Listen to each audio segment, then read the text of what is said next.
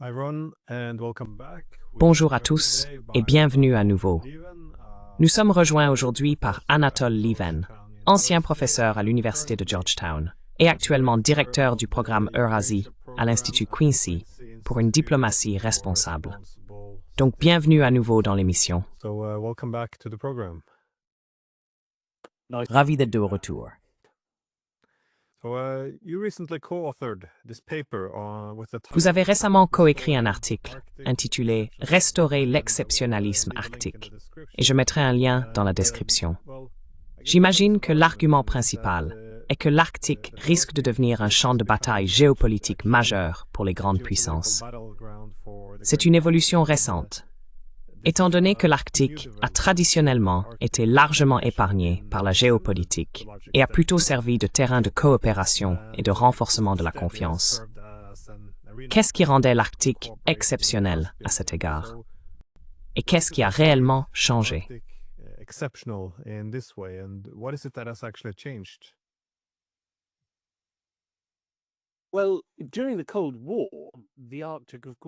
Eh bien, pendant la guerre froide, l'Arctique, bien sûr, n'était pas exceptionnel, car, comme c'est à nouveau le cas aujourd'hui, d'énormes forces nucléaires étaient dirigées l'une contre l'autre à travers l'Arctique. Il y avait des missiles basés à terre et bien sûr des sous-marins nucléaires. Tout un genre de roman à suspense portait sur la rivalité entre bases et sous-marins dans l'Arctique. Après la guerre froide, il y a eu une période, malheureusement brève d'un point de vue historique, où, oui, il y a eu cette exception arctique. Cela était dû à la fois à la réduction des tensions après la guerre froide, mais aussi à ce qui alimente aujourd'hui la nouvelle compétition dans la région, à savoir le changement climatique, qui fait fondre la glace arctique. Which is climate change, which is melting the Arctic ice and therefore allowing ships. Et donc, cela permet aux navires, qu'ils soient commerciaux ou militaires, de naviguer beaucoup plus librement, du moins en périphérie de l'océan Arctique. Mais ce que je trouve absolument fou dans tout cela, c'est que d'abord, comme je l'ai dit, cette compétition n'est pas nouvelle. Elle existait déjà pendant la guerre froide. Elle n'a pas fondamentalement changé, car cela n'a vraiment aucune importance pour la sécurité de l'un ou l'autre camp. Si davantage de navires russes et chinois ou américains et canadiens peuvent traverser certaines parties de l'Arctique, cela ne signifie pas que la Russie va envahir l'île de Baffin ou l'Alaska. Cela ne veut pas dire que l'Amérique va envahir le nord de la Sibérie. Vous savez, cela reste même pas exactement une compétition maritime parce que, oui, les navires vont et viennent. Yeah, so the ships sail to and fro. Now, it's true, of course, that there is Il est vrai, bien sûr, qu'il existe une concurrence pour l'accès aux ressources sous-marines, même si, Dieu merci, cela n'a pas encore réellement commencé.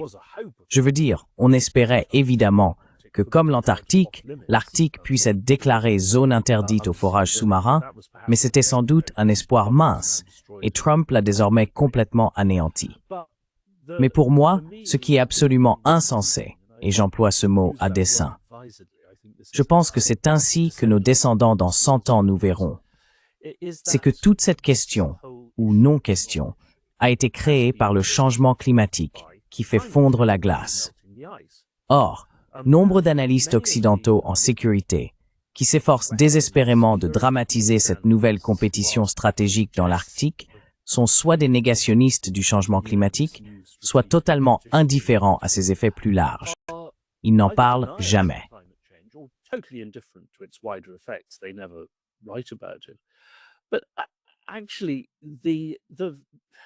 Mais en réalité, il suffit d'un regard rapide, même superficiel, sur cette question pour comprendre, pour voir que les menaces, non seulement pour le monde et l'humanité en général, mais aussi pour nos propres pays, liées au changement climatique dans l'Arctique, sont de plusieurs ordres de grandeur supérieurs à toute menace provenant de la Russie ou de la Chine dans cette région.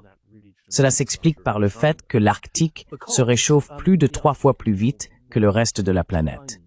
Et l'Arctique abrite 3 des 4 soi-disant points de bascule ou enjeux qui pourraient transformer le changement climatique d'un processus progressif en un processus incontrôlable, en déclenchant des boucles de rétroaction qui rendraient le changement climatique essentiellement incontrôlable et feraient passer 2 degrés à 3 degrés, 3 degrés à 4 degrés, jusqu'à ce que la civilisation moderne, voire potentiellement l'existence même de l'espèce humaine, soit menacée.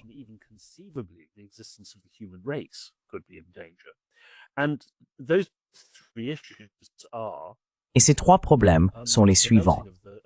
La fonte de la glace arctique et de la calotte glaciaire du Groenland, qui entraîne une élévation radicale du niveau de la mer. La fonte de la calotte glaciaire, qui réduit la capacité de réflexion des rayons du soleil vers l'espace. Et la fonte du pergélisol arctique, qui provoque d'énormes émissions de méthane, lequel, bien qu'il ne reste pas aussi longtemps dans l'atmosphère, a à court terme un effet de gaz à effet de serre presque 40 fois supérieur à celui du dioxyde de carbone. Le 4e problème, qui ne se situe pas directement dans l'Arctique, même s'il sera fortement influencé par les régimes météorologiques issus de l'Arctique, c'est la forêt amazonienne. Mais évidemment, nous n'allons pas aborder ce sujet. Mais ce que je veux dire, c'est, prenons la Grande-Bretagne, mon pays. Take Britain, my country. The last British National Security Strategy barely talks about climate. La dernière stratégie britannique de sécurité nationale évoque à peine le changement climatique. Il n'y est mentionné qu'en petites notes de bas de page.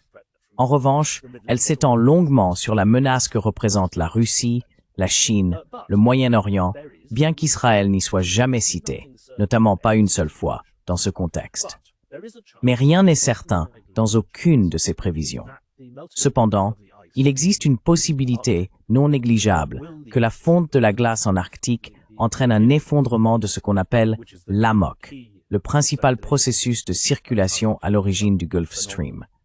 Si cela devait arriver, le climat de la Grande-Bretagne et de l'Europe de l'Ouest passerait de son niveau tempéré actuel à celui de Terre-Neuve.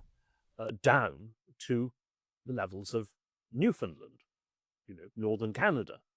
Y a-t-il quelque chose que la Russie souhaite faire ou pourrait faire, en dehors d'une guerre nucléaire contre la Grande-Bretagne, qui aurait des effets ne serait-ce qu'approchants de ceux-ci? Et pourtant, l'établissement britannique considère cela comme une question secondaire mineure, tout en parlant longuement dans cette nouvelle stratégie de sécurité nationale de la menace sécuritaire dans le Grand Nord. J'ai l'impression qu'à cause d'un mélange de... Eh bien, évidemment l'histoire. Vous savez, une très longue histoire de questions de sécurité considérées comme des questions militaires strictes, d'intérêt et de préjugés institutionnels profonds, et d'une pure lâcheté morale. Nous passons complètement à côté de l'enjeu de l'Arctique, à un point tel que nos descendants ne nous le pardonneront jamais. Si nous l'avons encore.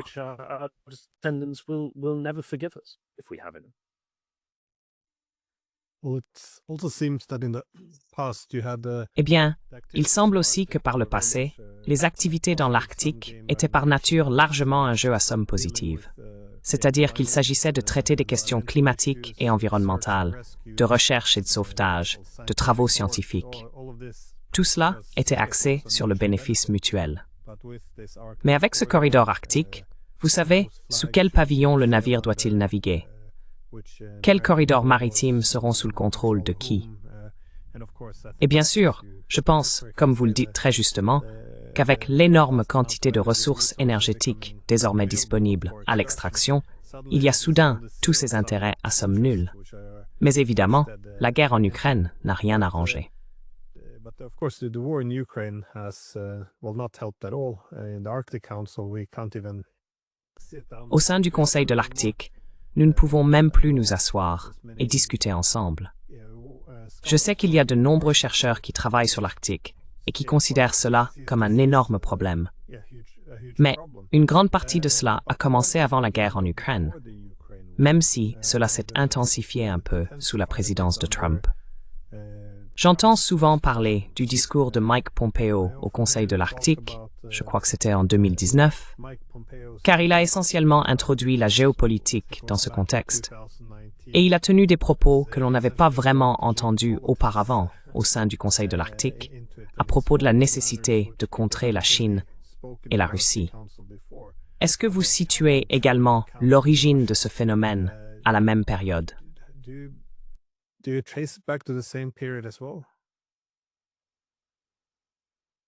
In part, but I have to say that this attitude En partie, mais je dois dire que cette attitude prévaut dans l'ensemble de l'establishment américain, de la politique étrangère et de la sécurité, et en fait dans les établissements européens de sécurité également. Comme je l'ai dit, cela est étrangement lié, surtout, évidemment, dans le cas des républicains en Amérique, au déni du changement climatique. Ainsi, d'un côté, le changement climatique ouvre l'Arctique à cette compétition, mais de l'autre, le changement climatique n'existe pas. Je veux dire, comment une personne saine d'esprit peut-elle garder ces deux idées en tête en même temps?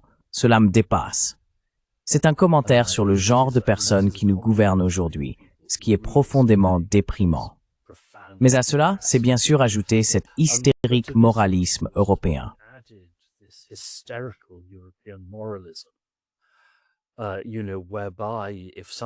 Vous savez, si quelqu'un dans le monde fait quelque chose qui ne nous plaît pas, vous savez, nous avons de bonnes raisons, Dieu sait, de ne pas apprécier l'invasion russe de l'Ukraine.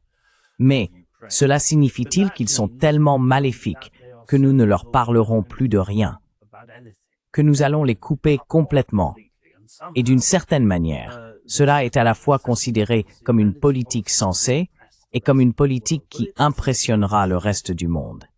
Eh bien, cela n'impressionne pas le reste du monde, parce que le reste du monde sait parfaitement que vous pourriez retourner la situation, ou du moins vous auriez pu le faire par le passé, et appliquer les mêmes critères à de nombreux comportements occidentaux, et à des comportements américains et britanniques très récents d'ailleurs.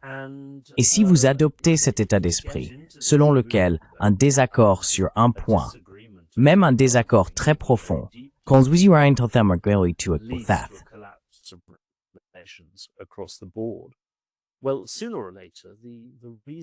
eh bien, tôt ou tard, la conduite raisonnable des affaires internationales s'effondrera complètement. Ou bien c'est l'Occident qui se retrouvera isolé, car tout le discours des Européens et des Américains sous Biden à propos de toutes ces mesures contre la Russie et contre l'invasion de l'Ukraine par la Russie, c'est que cela a conduit à l'isolement de la Russie. La Russie doit être isolée. Or bien sûr, si l'on regarde autour du monde, la Russie n'est pas isolée. La grande majorité des pays ont rejeté les tentatives occidentales d'isoler la Russie. Et en effet, je veux dire, bien sûr, cela est aussi désormais largement alimenté par l'extrême brutalité et grossièreté de Trump et la servilité européenne face à cela. Il semble bien plus que ce soit l'Occident qui est en train de s'isoler, dans la mesure où l'Occident existe encore.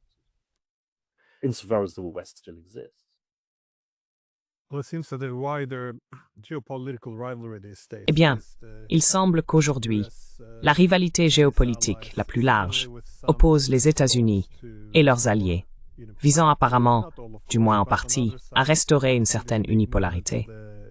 Et de l'autre côté, ce grand mouvement des géants eurasiens qui continue de plaider pour la multipolarité. J'aborde ce sujet parce que la Chine entre elle aussi dans ce que j'appelle la course à l'Arctique, ou du moins la géopolitique de l'Arctique. Je crois d'ailleurs que la Chine se qualifie elle-même d'État proche de l'Arctique. Certains considèrent que c'est une interprétation très créative de la géographie. D'autres évoquent les systèmes fluviaux. Mais, indépendamment de cela, pourquoi est-il important que Pékin joue désormais un rôle croissant dans l'Arctique?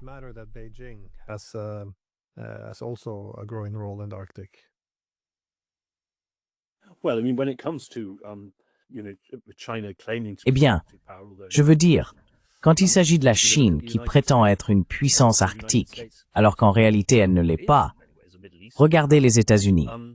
Les États-Unis prétendent être et sont à bien des égards une puissance du Moyen-Orient. L'Amérique se trouve à quoi? 6 000 ou 8 000 kilomètres du Moyen-Orient. Elle est clairement déterminée, comme on le voit, à rester une puissance en Amérique latine. Encore une fois, les États-Unis ne vivent pas en Amérique latine, et ainsi de suite. La Chine, en tant qu'énorme, selon certains la plus grande économie du monde, et évidemment avec un intérêt profond pour le commerce international, a un rôle à jouer dans l'Arctique, que cela nous plaise ou non. Mais plus généralement, oui. Il y a des gouvernements occidentaux, certains gouvernements européens, et certains auteurs, commentateurs en Occident, qui reconnaissent et rendent désormais un hommage de façade à l'idée de multipolarité.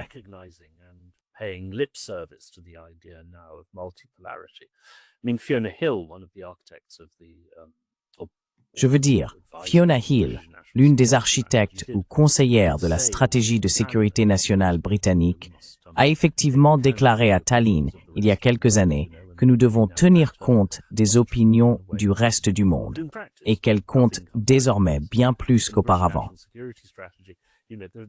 Mais en pratique, cela ne se traduit par rien dans la stratégie de sécurité nationale britannique. On parle certes des atouts diplomatiques du Royaume-Uni au sein du Commonwealth, mais en réalité, il n'y a absolument aucune volonté de prendre en considération les véritables opinions des pays du Commonwealth. Et bien sûr, ils le ressentent. Je suppose que c'est un syndrome bien connu. À mesure que la puissance romaine déclinait, les déclarations des auteurs romains sur la suprématie de la culture romaine et sur le fait que les barbares devaient respecter l'autorité impériale et la romanité devenaient de plus en plus stridentes et hystériques. Ainsi, précisément à mesure que notre influence dans le monde diminue, nos revendications sur cette influence et sur sa légitimité morale deviennent de plus en plus extrêmes.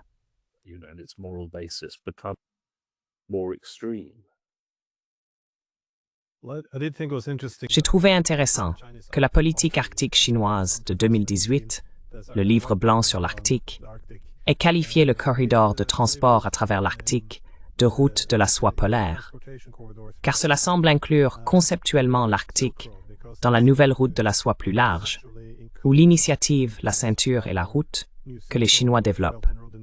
Cela peut, encore une fois, être vu comme un retour à l'ancienne route de la soie. Bien sûr, l'une des raisons pour lesquelles on l'appelle la mer de Barents, et tout cela, c'est parce que des marins néerlandais ont tenté d'atteindre la Chine par la mer il y a 500 ans. Cela n'a pas fonctionné. Ils se sont retrouvés bloqués. Mais pour faire court, il s'agit d'une toute nouvelle, je suppose, addition à ce projet de route de la soie.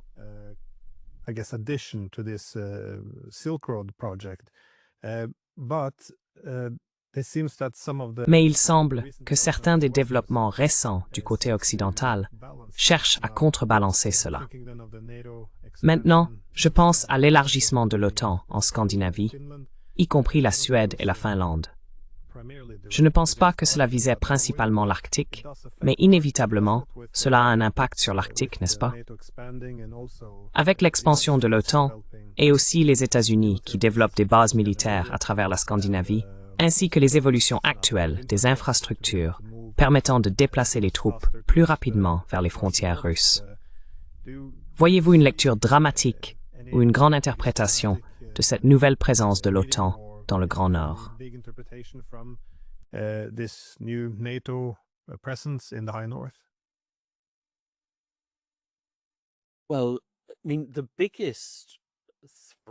bien, je veux dire, la plus grande menace pour la stabilité dans cette région, de loin, récemment, a été la proposition, ou plutôt la revendication, de Trump de prendre le Groenland au Danemark.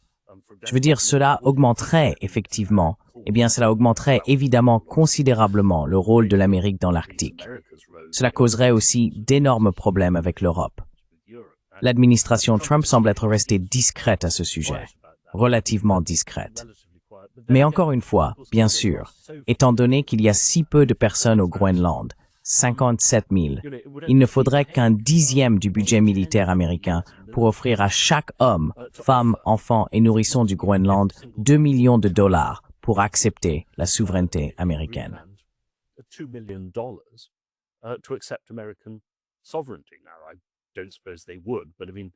ne pense pas qu'ils le feraient, mais le fait est que la situation serait tout à fait différente s'il y avait une énorme population au Groenland. Mais c'est pas le cas. Je voulais simplement le mentionner parce que, vous savez, cela met en évidence à quel point l'Amérique n'est pas seulement perçue, mais agit comme un facteur de perturbation sur la scène mondiale.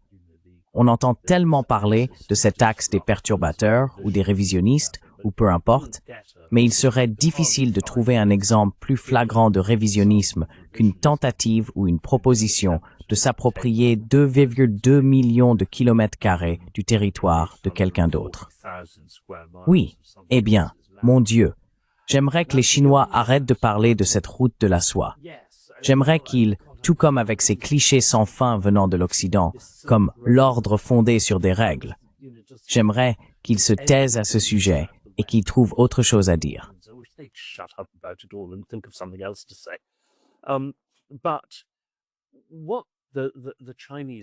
Mais ce que les Chinois essayent de faire, bien sûr, c'est de développer des routes vers l'Europe, qui, malgré ses difficultés économiques, reste l'une des 3 principales métropoles économiques régionales du monde et qui ne nécessite pas une longue traversée maritime de l'océan Indien et de la Méditerranée, ni un contournement de l'Afrique par des mers qui sont essentiellement contrôlées par la marine américaine, ou qui pourraient l'être en cas de guerre. Donc, bien sûr, l'une de ces options est la route terrestre, et il en existe désormais plusieurs variantes. L'autre, c'est ce projet d'augmentation massive du commerce via l'Arctique. Même si, bien sûr, une montée en puissance militaire américaine rendrait, en cas de guerre, cette route pas aussi vulnérable que le passage par le détroit de Malacca et l'océan Indien, mais tout de même vulnérable, même si l'on pourrait compter sur les forces russes pour la défendre.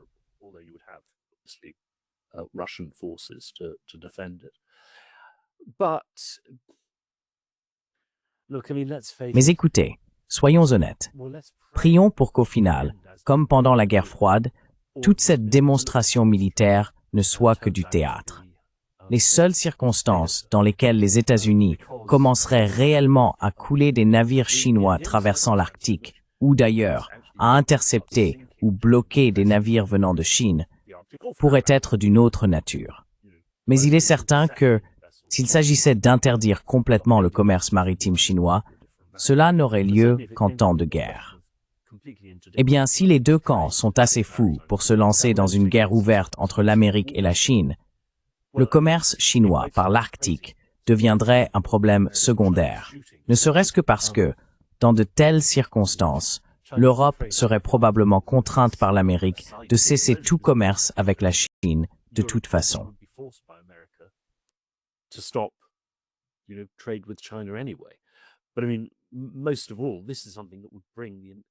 Mais je veux dire, surtout, c'est quelque chose qui, au mieux, entraînerait l'effondrement total de l'économie mondiale, et au pire, bien sûr, conduirait à un échange nucléaire généralisé et nous tuerait tous.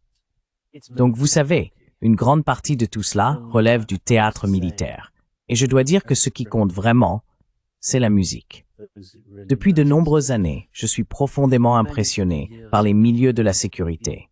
Vous savez, parce qu'on parle tellement de la nécessité d'augmenter notre production militaire. Mais ce qu'ils ont toujours su produire de façon fantastique, c'est du papier, des rapports interminables, avec des titres comme la responsabilité de l'Allemagne pour la sécurité de l'Asie centrale ou la contribution de la Belgique à la sécurité indo-pacifique.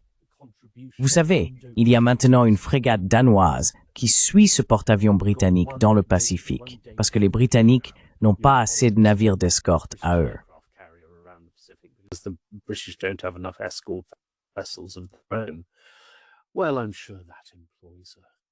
Eh bien, je suis sûr que cela l'emploie, vous savez. Je n'ai pas étudié la marine danoise, mais dans la marine britannique, dans le service des sous-marins britanniques, il y a 11 amiraux et commodores, ce qui est un peu drôle puisque nous n'avons que 9 sous-marins. Mais mon Dieu, c'est un excellent plan d'emploi. Sinon, vous auriez des officiers de marine impromouvables qui devraient prendre leur retraite avec 2 grades de moins. Et je parierais très gros que ce que produisent 10 sur 11, peut-être 9 sur 11, de ces officiers supérieurs de la marine, c'est du papier. Du papier dont je ne suis pas sûr que quiconque, je ne suis même pas totalement convaincu qu'ils le lisent eux-mêmes. Certaines de ces choses se lisent comme si elles avaient en fait été produites dans les années 1950, puis simplement dotées d'une nouvelle date et d'un nouveau titre. introduced in the 1950s and then just given a new date and heading. Quel type de réflexion cela influence-t-il, selon vous, chez les politiciens, notamment à Washington, mais aussi dans les capitales des autres grandes puissances? Beaucoup de gens attribuent la position dominante de l'Occident au début du XVIe siècle, lorsque les puissances occidentales ont commencé à contrôler les mers. D'ailleurs, si l'on regarde la stratégie maritime des États-Unis, la stratégie navale, beaucoup de choses remontent à Alfred Thayer Mahan, qui a souligné l'importance du contrôle des routes maritimes clés. Et depuis au moins la Seconde Guerre mondiale, les États-Unis contrôlent des points de passage stratégiques et des corridors maritimes essentiels. Désormais, il y a cette route arctique. Je ne pense pas qu'il n'y ait pas de limite à la quantité de trafic qu'elle peut accueillir, évidemment, mais c'est un corridor qui sera plus rapide et moins cher une fois qu'il sera pleinement opérationnel. Et il pourrait aussi être le seul corridor à échapper totalement au contrôle des États-Unis. Est-ce à ce genre de choses que pensent les politiciens?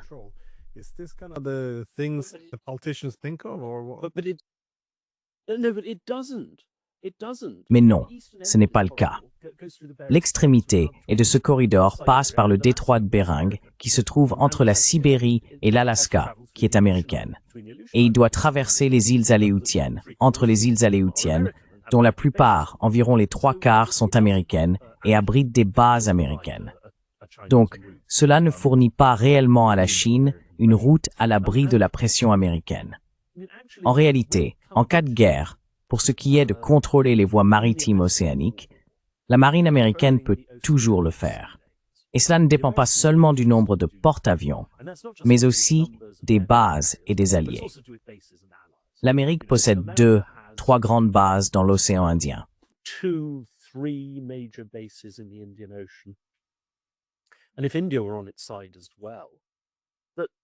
Et si l'Inde était également de son côté, elle pourrait contrôler cela. Elle pourrait imposer un blocus à l'ensemble du commerce maritime chinois.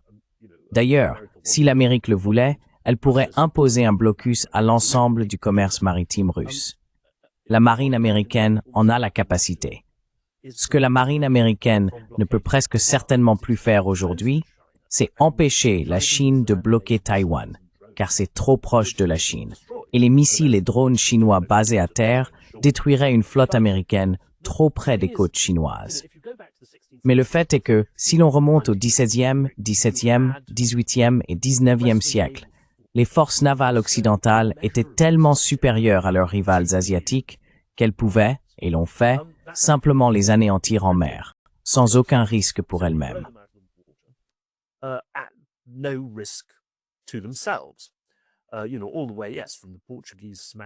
Vous savez, depuis le début, oui, des Portugais écrasant la flotte moghole, telle qu'elle était, jusqu'aux Britanniques détruisant les jonques chinoises lors de la première guerre de l'opium, quand les Britanniques disposaient d'un bateau à vapeur, à aube, armé de canons à longue portée, qui se contentait de naviguer autour des jonques chinoises, incapables de manœuvrer puisqu'elles étaient à voile, et les réduisait en pièces à une distance à laquelle elles ne pouvaient pas riposter. Aujourd'hui, bien sûr, ce n'est plus du tout la même chose. Vous savez, la Russie possède une flotte de sous-marins nucléaires aussi performante que la nôtre. La Chine, dans ses propres eaux, est désormais probablement immensément supérieure aux États-Unis.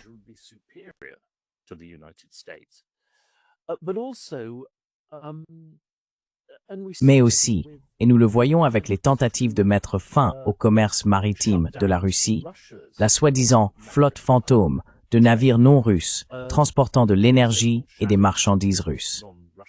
Jusqu'à présent, ces mesures ont été limitées. Elles se sont limitées à des actions dans nos eaux territoriales.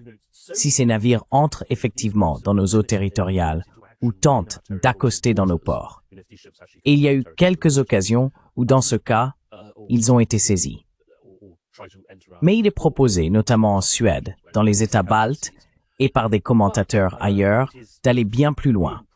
Par exemple, dans la Baltique, saisir les navires dans les zones économiques de la Suède et des États baltes. Le fait est que les zones économiques de la Suède et des États baltes couvre toute la partie centrale de la The Baltique. economic zones of Sweden and the Baltic states cover the entire central Baltic. Now, what that means is you are blockading Ce que cela signifie, c'est que vous imposez un blocus à la Russie, Saint-Pétersbourg et l'enclave russe de Kaliningrad par la mer. Vous imposez en fait un blocus. Or, il ne s'agit pas seulement du fait que la Russie a menacé, dans ce cas, de combattre, de couler des navires suédois ou baltes qui tenteraient de le faire. Mais bien sûr, il y a eu des messages de l'Inde disant « Attendez une seconde ».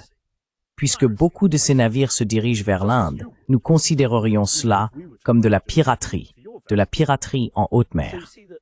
Tout comme vous le feriez si nous essayions de faire la même chose à vos navires.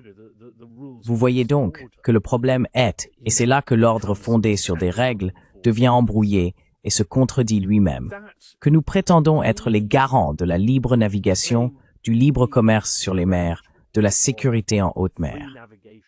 free trade on the high seas, security of the high seas, and this has been the moral or legal. Et c'est là tout l'argument moral ou juridique entre l'Amérique et la Grande-Bretagne, qui bombarde les Houthis en mer Rouge et qui s'oppose aux revendications de la Chine en mer de Chine méridionale. Mais en réalité, les Chinois, qui sont aujourd'hui la plus grande puissance commerciale maritime, ont précisément le plus grand intérêt national à maintenir ces routes maritimes ouvertes. C'est nous qui commençons, si l'on veut, à saper tout le fondement de notre prétention à la domination mondiale, au leadership, à l'hégémonie et à la défense de l'ordre fondé sur des règles, en essayant d'imposer notre volonté au commerce international. Comme je l'ai dit, nous pouvions le faire autrefois, lorsque la marine britannique, portugaise ou néerlandaise était incontestée, mais ce n'est plus possible aujourd'hui. D'autant plus que cela risquerait aussi de précipiter notre propre ordre économique dans la ruine.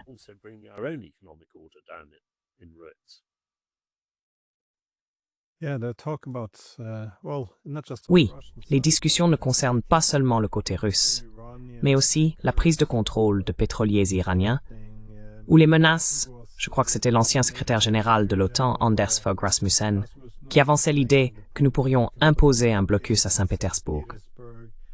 Il y a même des arguments selon lesquels le Danemark devrait commencer à intercepter les navires commerciaux russes. C'est juste, c'est très provocateur. Cela même inscause at Sprothsmels the disco.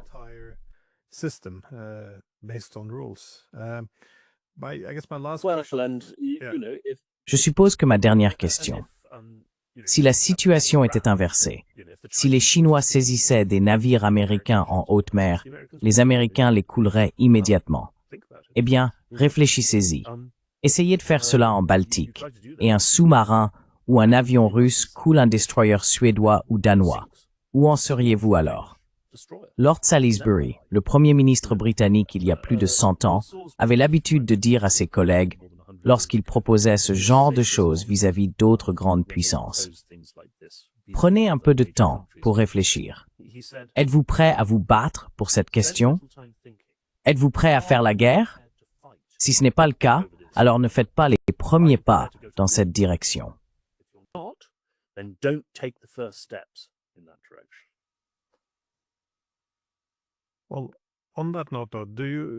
Eh bien, sur ce point, avez-vous des prévisions ou comment voyez-vous l'évolution de la situation maintenant?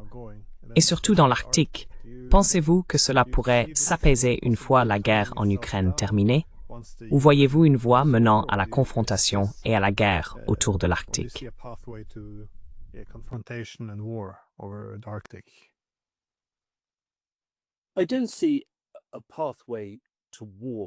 Je ne vois pas de voie menant à la guerre venant de l'Arctique, car je ne pense pas qu'il y ait là-bas de problème, y compris la question territoriale, qui pousserait des pays à entrer en guerre. Je veux dire, ce n'est pas comme s'il y avait des îles disputées avec des populations, ou même sans population, dans l'Arctique pour lesquelles quelqu'un serait prêt à se battre, comme c'est le cas par exemple en mer de Chine méridionale. Non. Mais si une guerre éclate ailleurs, alors elle s'étendra inévitablement à l'Arctique. J'espère qu'une fois la guerre en Ukraine terminée, des relations raisonnables seront progressivement rétablies et que l'on assistera à un retour à l'exceptionnalisme arctique. Mais d'un autre côté, nous n'en savons rien, et peut-être qu'avec un peu de chance, nous l'éviterons. We don't know, and maybe by some miracle we will avoid it.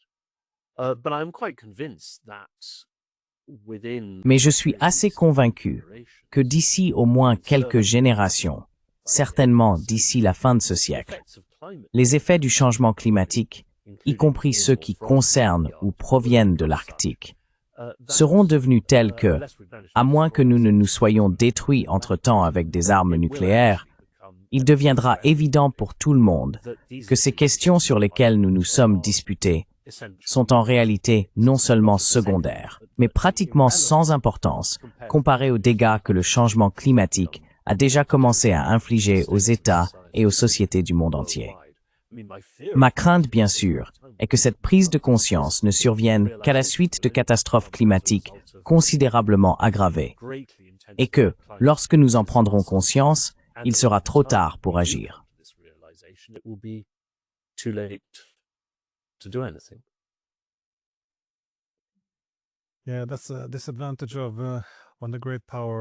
Oui, c'est un inconvénient lorsque la compétition entre grandes puissances s'intensifie. On oublie d'autres questions importantes comme le climat.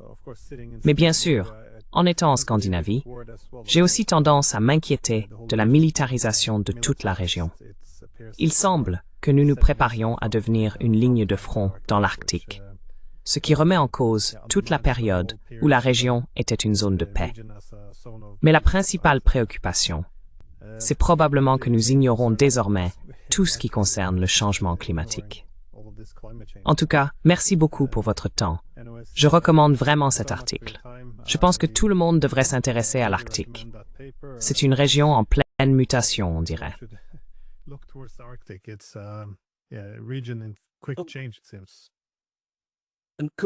Désolé, puis-je juste recommander autre chose, puisque vous êtes là? C'est zut. Où est-ce que c'est passé? Damn it, where's it gone?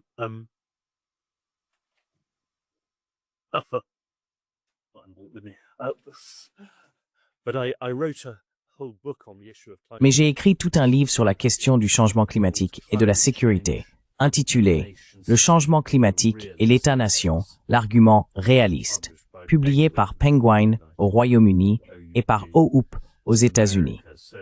J'y expose ces arguments selon lesquels le changement climatique constitue la véritable menace pour la sécurité, non seulement pour l'humanité en général, mais aussi pour nos propres pays.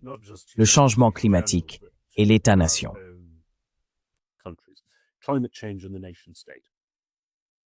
Je vais également l'ajouter dans la description. Donc merci encore, merci, au revoir, merci beaucoup Glenn. Et je te verrai dans environ 9 jours. Oh oui, c'est génial. À bientôt, j'ai hâte d'y être. Au revoir.